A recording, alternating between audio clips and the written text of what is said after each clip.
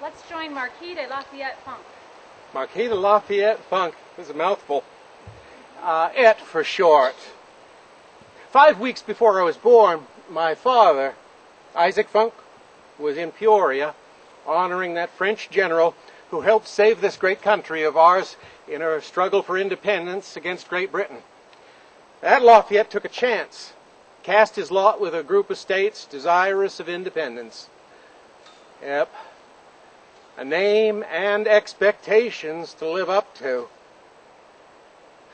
Imagine, if you will, being born in a log cabin beside a huge granite boulder, deposited there thousands of years ago by a retreating glacier. That ice left fertile ground, just waiting to grow crops, and our family took advantage of it. Prairie grass roots run deep, deep as does the Funk family's, deep in this rich Midwestern soil. Land prices rose, fell. You had to be a gambler at heart, willing to borrow money to buy land against its fertile potential paying off. We bought land, broke it. When times are good, we got top dollar for our grain. When times were bad, well, there was no market for our grain, or no price where there was a market. But we Funks, no card players we, have always been willing to gamble on land. Next, we turned to raising stock, cows and hogs. We grazed our stock, fine shorthorn cattle, in a great deal of land that we bought. I remember all the drives.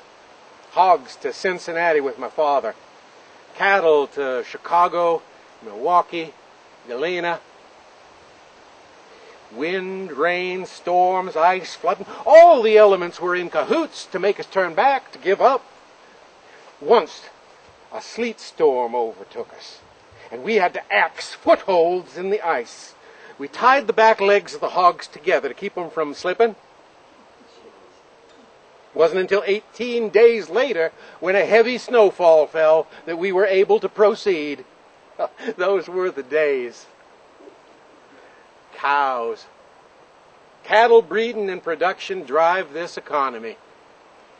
Our family knew that those milkers that they brought back with them from Ohio weren't going to be profitable enough to help us grow economically the way that we needed to grow. Early on, we weren't very scientific in our breeding practices. Soon we learned to control our stock more efficiently. Stopped allowing those small bulls to roam free. My father and Jonathan Shaney brought the first drove of feeders. Bought them in Chicago, 200 head. Brought them to McLean County to get them ready for market. Divided them equally. After that, we just kept improving the breed, crossing shorthorns with cross brands of shorts and the natives, local Durham. Before long, the Funk name was known for quality in numbers, kinds, and weights. Big men were raised in this big man's field. I was determined to be like them, to develop a quality product, to be honest and fair in all my dealings. That is this family's way. I figured, why not use our knowledge of selective breeding in cattle for corn? Keep up with modern feeding products and develop better feeds for our nation's biggest industry, cattle. Seed corn can and will be improved. We can develop a statewide test of the seed before planting to ensure that going into the 20th century, our product is standardized to the highest degree. This Lafayette was waging his own war against the elements and economic uncertainty, and for his family.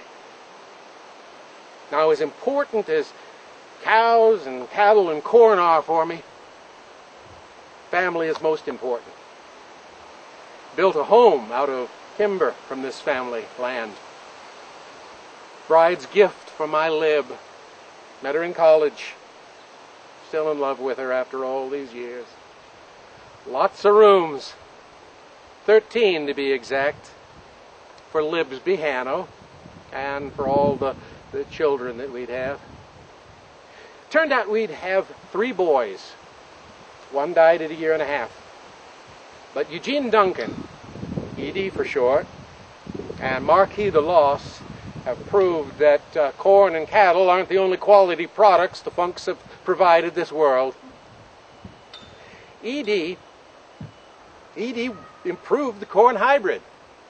Thought up all kinds of uses for soybeans.